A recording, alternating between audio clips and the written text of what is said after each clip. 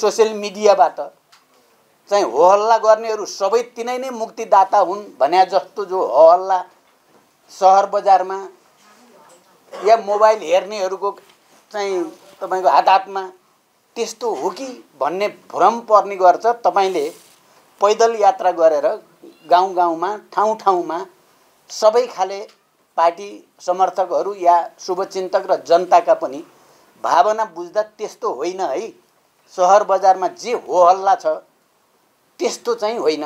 जनतामा अहिले पनि नेपाली कम्युनिस्ट पार्टी प्रति र हामीले गरेको पार्टी एकताको चाहिँ प्रक्रिया प्रति सकारात्मक भाव छ, यता विश्वास छ भनेर तपाईले जे राख्नुभयो यो पनि एउटा बलियो नै सन्देश तपाईले प्रवाहित गर्नुभयो। त्यस्तै नै होला भन्ने मलाई र हामीलाई माधवजी र म त धेरै कार्यक्रममा जाँदा धेरै किसिमका मानिसहरूसँग भेटघाट अन्तर्क्रिया गर्दा हामीले महसुस त गरेका छौँ।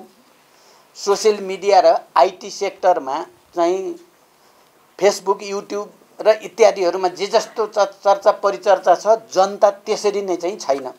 पार्टीहरूप्रति लिडरसिपहरूप्रति पार्टीका विचारहरूप्रति उद्देश्यहरूप्रति जनतामा आशा भरोसा कायमै छ भन्ने कुरा हामीले महसुस गर्थ्यौँ। तपाईले यो पैदल यात्रा मार्फत पनि त्यस्तै अनुभूति बटोलेर ल्याउनु भएछ। प्रभाव भनौँ, प्रभुत्व भनौँ, स्वामित्व भनौँ, जे भने पनि प्रतिक्रियावादी शक्तिहरूको हातमा छ। अहिले उनीहरूले जस्तो चाहे त्यस्तै प्रयोग हुने गरेका छ। मानिसहरूलाई लाग्छ हामीले चलाइरहेका छौँ मोबाइल, हामीले गरिरहेका छौँ प्रचार भन्ने लाग्छ मान्छेलाई। तपाईँ हामीलाई पनि लाग्छ मैले मोबाइल चलाइरहेको छु, मैले चाहिँ फेसबुकमा यो समाचार हालिरहेको छु, पोस्ट गरिरहेको छु भन्ने लाग्छ।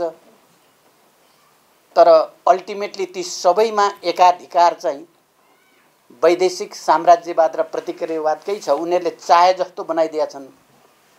त्यही यो कुरालाई हामीले आफ्नो अनुकूल कसरी बनाउने भन्ने कुरा एउटा चाहिँ विगतमा हामी जनआन्दोलन जनयुद्धको बेलामा भन्ने गर्थ्यौँ, you fight your way we fight our way भन्ने गर्थ्यौँ क्या। प्रतिक्रियावादीहरूको लड्ने आफ्नै तरिका छ, हामी मजदुर किसान र जनताको देशभक्तहरूको लड्ने आफ्नै तरिका छ। उनीहरूकै तरिकाले हामीले लडेर उनीहरूलाई पछार्न सकिँदैन। हामीले जनताको तरिकाद्वारा जनताको एकता र शक्तिको तरिकाद्वारा लड्यौँ भने फेरि हामीले जित्छौँ भन्ने गर्थ्यौँ।